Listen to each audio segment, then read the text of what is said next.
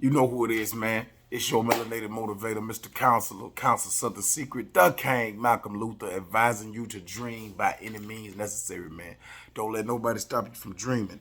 You know, I'm starting a new saga over here, man. It's called the Christ City Saga, man. Christ City. And for all of y'all that don't know, where I'm from, Enterprise, Alabama, I call it Christ City. And a lot of people can relate because they know what I'm talking about. Each side of town that the black population lived on, they named it after the church on that side of town. So for Methodist side, the south side, you got Methodist Baptist Church, John Chapel Methodist Baptist Church. For Bennett side, you got the Benedict Church on Friendship. And Baptist Hill, you got Baptist Hills, Baptist Church on the top of the damn hill. You dig? And Coppinville, them see villains. They got Coppinville Methodist over there, Baptist Church over there. And they named each side of town after the church that they lived in, man. And they stood by that. They did that for a reason back in the day, man, because the church was the focal point of a community, man. Everybody went there and got their problems put on the table. You dig what I'm saying? That's why they named Enterprise, the black populous parts of the town, after the churches, because that was the focal meeting point for all the people, man. We've gotten so far away from that because we put slang on it and then we turn hood. If you came up in the 80s like I did, which I'm going to go through my life here in Christ City, man, I ain't been nowhere. I ain't going nowhere. You dig what I'm saying? This is my home sweet home. And I just feel like, you know, ain't no need for me to run now. You dig what I'm saying? Ain't no need to run now. Had plenty of opportunities to be gone, leave, and go. But ain't no use to running, man. And so we gonna start this off, man, with the Christ City Saga, man. My life. I'm probably the only person that lived on every fucking side of town in this damn small city. You know what I'm saying? It ain't too small, but it ain't too big either. I'm probably the only person. Me and my brothers and sisters. Boy, I'm talking about my mom and daddy hopped us around this bitch. I went to every school in this city, man. You dig what I'm saying? A lot of people can't say that, some can. You dig what I'm saying? But I'm going to get into all that. But like I say, man, I call this the Christ City Saga, man. And y'all stay tuned and jump on it with me. You dig what I'm saying? Because we are from Christ City, man. The people of this community had an understanding of what it meant to be a community. And we've gotten so far from it. Inside, at the seal, up and build. Christ City, Christ City, Christ City. You hear me? Call it Christ City, Christ City, Christ City. Let the side, inside, at the seal, up and build. Christ City, Christ City. That's what it's about. Christ City, Enterprise City. So when I came up in Christ City, man, like, if you came through the 80s, right here in Enterprise, Alabama, boy, you seen the transition. You seen the transition, man. That crack hit, and it turned neighborhoods into just hoods because neighbors wasn't neighbors anymore. People were stealing from their neighbors. Neighbors were selling each other the rock. You dig what I'm saying? And it changed the essence of the community, of how we live, man. And shit. I remember like one house on one side was benefiting from the change. And then the house right next door, the next apartment, was suffering from the change. You dig what I'm saying? And the community kept moving. The community kept moving. You dig what I'm saying? And this is going to be a recap on how I got introduced into the city, man. You dig what I'm saying? Being a born and raised here, it's a lot of us that are born and raised here, man, still here. And then a lot of us who just navigated and made it Enterprise, because it is a cool little city, man. Good to raise your children in, you know what I'm saying? Good school system, things like that. And but me personally, man, I remember my oldest memory, man, and it's crazy because I seen the cat at the light. Last night, I seen this cat at the light, man. He probably don't remember this, man. I try to bring it up to him one day when I get a chance. But my dad, coming up in them 80s, man, my dad was a wild boy. You dig what I'm saying? And my mom probably was a wild girl. I don't know. But my dad was so wild, my mama had to calm the fuck down because somebody had to raise these kids. You dig what I'm saying? Not saying my daddy was a complete failure, but he was a wild boy. You dig what I'm saying? My daddy was he had his own gang. Him and his cousin had their own gang. Just two of them niggas, man. And they was called the Lonely Gangsters. Seif Lonely and Jake Lonely. Seif was Jones and Jake Jason James Council. They had their own fucking gang. This is before gangs even hit Enterprise. These niggas was their own gang, man. You dig? The Lonely Gangster, the Lonely Gang. So I am a son of a lonely gangster. You dig what I'm saying? Which explains a lot about the attitude. It's in me. Which explains a lot about me because it's already in the DNA. You dig what I'm saying? But like I say, man, Pop was a wild boy, man. Pop was a wild boy. And then when the narcotic hit, hey, Pop got on the narcotic. You dig what I'm saying? And became a very wild boy. You dig what I'm saying? It used to be times, I remember like one of my oldest memories, man, like when I first met certain people, man, like my dad would get into it with my mom. He'll come to the house and he'll say, hey, if you don't send my son out this damn door, I'm going to burn this motherfucking house down. You understand me? And my mom said, I ain't sending him out there with you, Jimmy. And that's what they call my daddy, Jimmy. They ain't sending him out there with you, Jimmy. And you know what my daddy do? He would walk up to Gracefield store and get $1 worth of gas or whatever in a Sprite bottle or a bottle. And he would come back to the house and he would pour gas around that motherfucker. You dig? And really get ready to set that bitch on fire if they don't let me come outside. You dig what I'm saying? So, you dig? Mama throw me something on real quick, push my ass out the door, cause my daddy is crazy. A nigga a fool, man. I'm talking about a plumb fool. About a lot of things, me especially. You dig what I'm saying? All his kids especially, but me.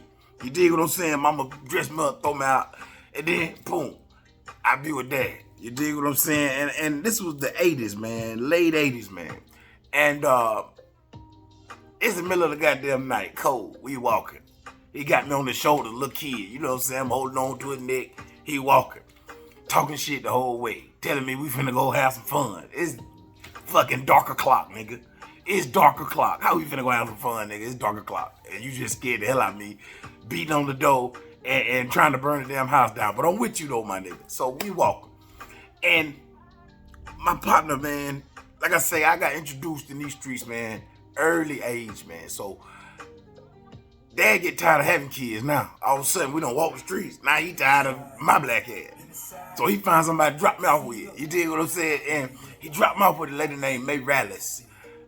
This particular fond memory of when I got introduced into the street.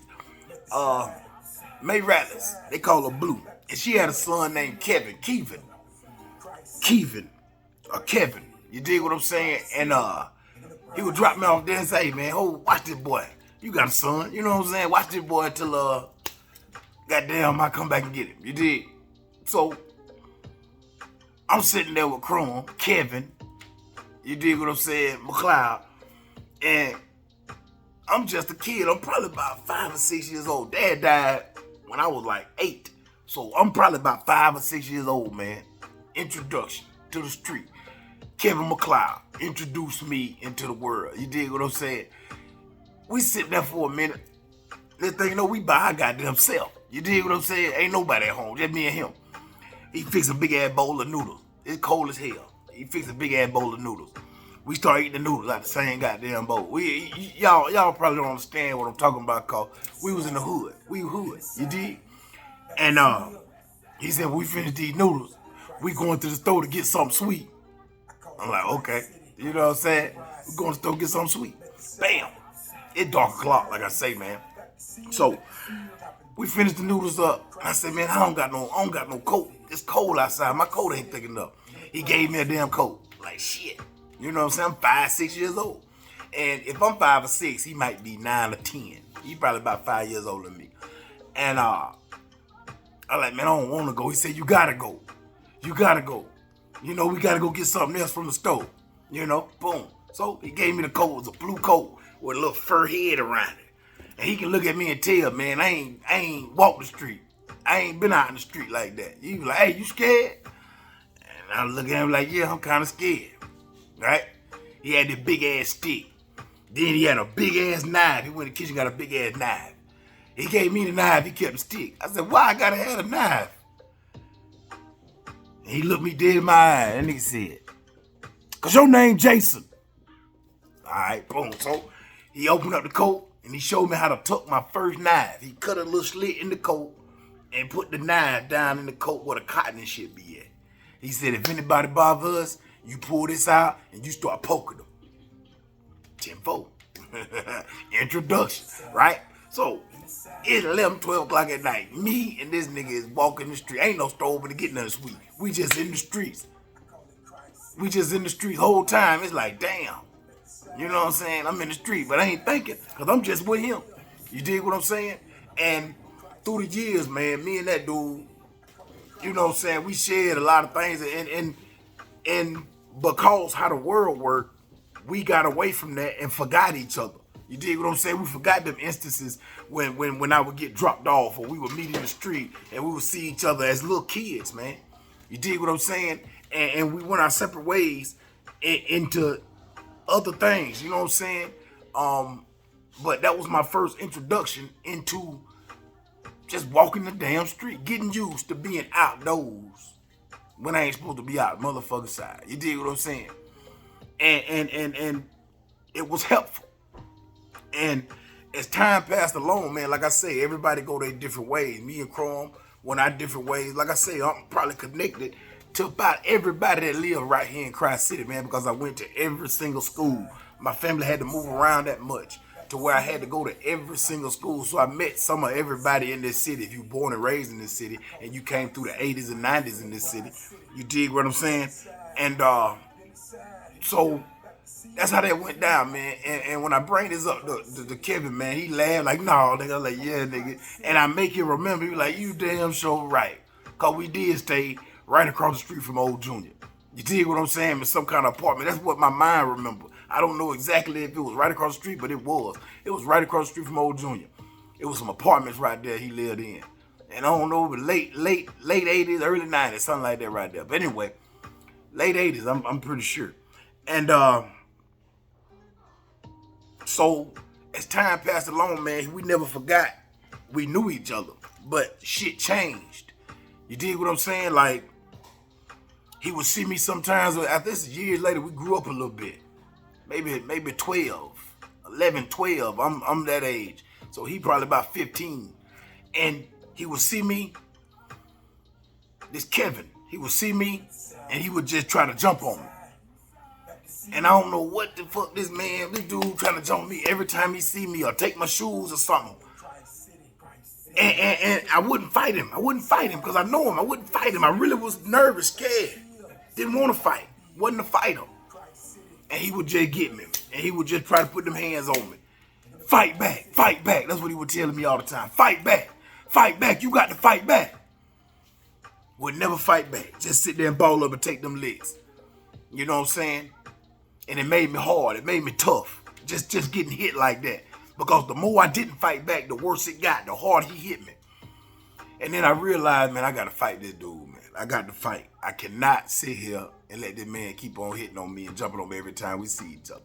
You dig what I'm saying? So, one day, I decided to myself, hey, look, I'm going to take it to him. You know? I'm going to take it to him. And that's what I damn sure did. I took it to him. Didn't know how to use my weight, but that day I learned. I took it to him. And we started tussling. We throwing. The whole time I'm winning the fight, he just laughing. He just laughing. He just laughing. And now he taking my leg. Then after it was over, I done got tired. He got up off the ground. I got up off the ground. And he just hugged me. Dude just hugged me. He said, see, that's what I'm talking about. If you gonna be out here, you got to be ready to fight. And you got to take the fight to people. Don't let nobody take no fight to you. This me, 11 years old, 12 years old. And this cat schooling me. He understands somebody got to show me some kind of ropes about how it is out here living in a world that's coming through a crack epidemic. When all the kids is running around, mind gone. Ain't no parents involved. And if the parents are involved, it's just a single parent. Man, one parent got hooked on something. Man, I'm telling you. I thank God my mama saw that both of them could not be fucked up out here. You know? You know? And this is what Kevin told me, man. It showed me, hey, cuz, you got to be hard. That was his word back then. You got to be hard out here. Can't nobody take nothing from you. Don't let nobody take nothing from you. You know? And I had to start standing up and fighting. And then it got easy. You dig what I'm saying? It got easy to fight. It got easy to take it to somebody. You dig what I'm saying? And then when it get easy, you become what they call a bully. You know what I mean? You become a bully, man. A real person who will just jump on anybody. You know what I mean? Start getting in trouble, fighting, arguing, jumping on people, everything. You know what I'm saying? And then with me personally, I had to wipe all that shit off before I got in the house because my mama wasn't with that shit, nigga. You gonna be civil in this world. So I had to live a double life. I had to live civilly in the house up under my mother's vision because I ain't got time to have no problems in the house I'm living in. But when I left that motherfucker, boy, I was off the chain. You dig what I'm saying? And I had a bunch of people I knew that was going through the same struggle of having a single parent as I was. And we all clicked up together, man. And this is on Methodist side.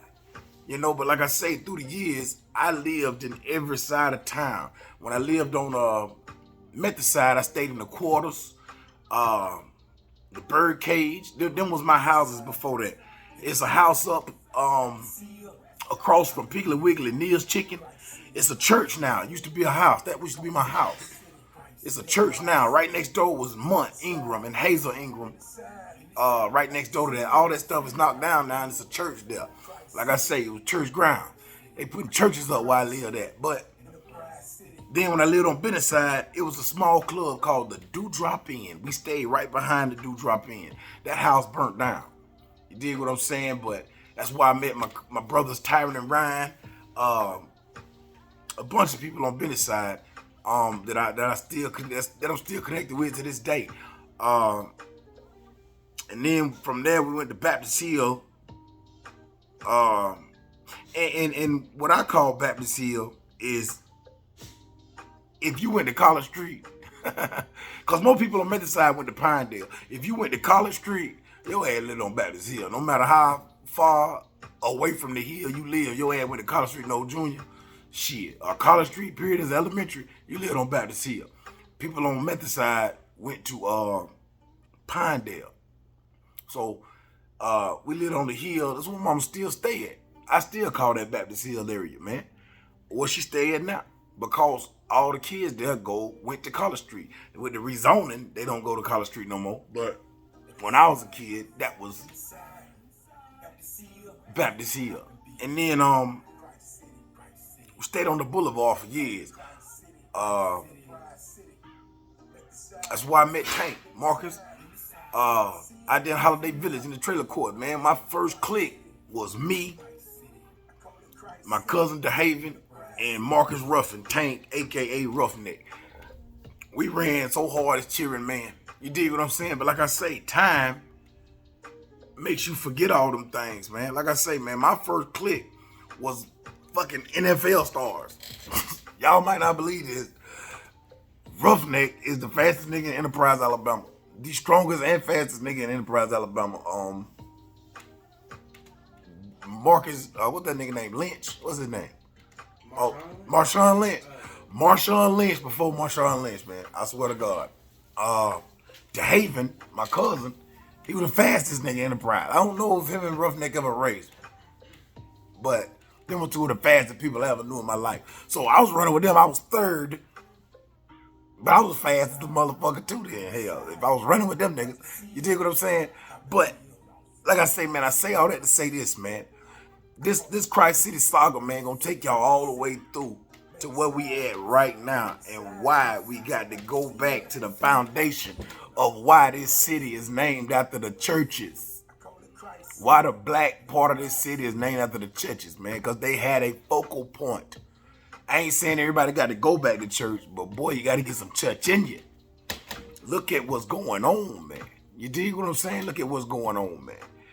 They knew that this was a focal point. Christ City, man, was a focal point of people trying to do right and still have some kind of moral standing.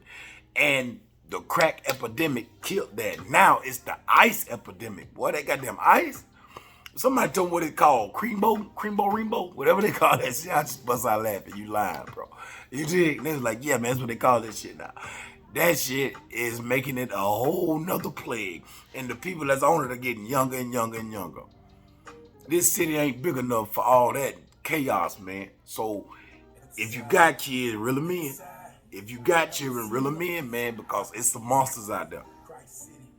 They ain't attacking adults no more, especially us, because we knew better. We saw what crack did. You dig what I'm saying? They attacking the children now. Opioid pills and alcohol and goddamn ice is attacking our kids now, man. So if you got kids out here running the street, y'all better reel them in. Reel them in. You dig? Reel them in because, hey, they building a place for them, cuz. They ain't gonna lock their ass up and throw away the key, man. Menace to society. You dig? And like I say, that's just a little introduction to this Cry-City shit, man. And it's gonna come a time in one of these episodes or one of these talks or videos that you hear something you remember. You dig what I'm saying? But this little small town, man, named after the pillars of the churches on each side of town where the black people congregate, was made that way for we would always have something to go back on. You dig? And when it's all said and done, we can have CHUUCH. You dig?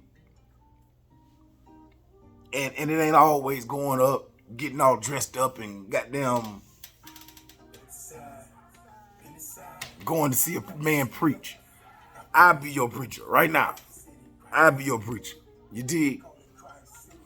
And I'm just telling you the gospel. You dig? And it's time for this city to get back to having CHUUCH. Sometimes you gotta have CHUUCH in your house with your kids. Sit their ass down and tell them some rules and regulations. That's all church is. Giving you rules and regulations on how to conduct yourself outside this building, man. Or otherwise, you know what I mean? They got another building they gonna lock your ass up in. And the same thing for the parents. Have CHUUCH with your damn self on how to conduct yourself in front of your children. Shit, I had to. You know what I'm saying? Because if I didn't, my kids would have been fucking loose cannons. Because I was a loose cannon.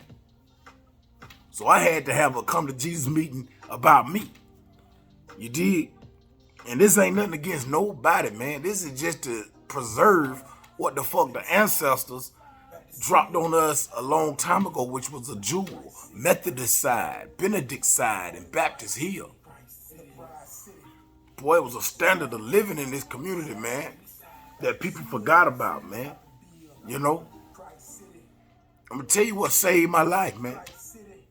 Of actually not being the most loose cannon I could fucking be.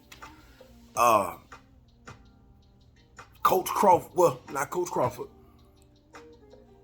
Calvin Garth, Mr. Garth. He tore my ass up so much that it made me realize that I was smart. And I started doing better in school. First time I ever made an A honor roll or something. Mr. Garth beat my ass every day. Upstairs in College Street. Certain people influence your life. And then from there, Coach Crawford. He said, Jake, all that aggression and energy you got, put it on the football field. I ain't never played a lick of football. I didn't get to play pee-wee like all my friends and everybody did. I ain't played no football to the 8th grade.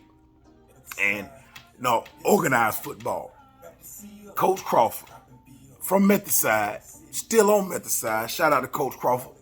Appreciate you, my brother. Shout out to Mr. Garth. Thank you for having the understanding to say, I know this boy Stock. I know where he come from. I know his people. I'm going to try to do something to curb this fucking appetite of destruction. You dig? And they did, man. Mr. Garth beat my ass so much, I just went to school and got a whooping first. Then went to class. You dig what I'm saying? Just went and got my ass. Well, he knew I was going to fuck up.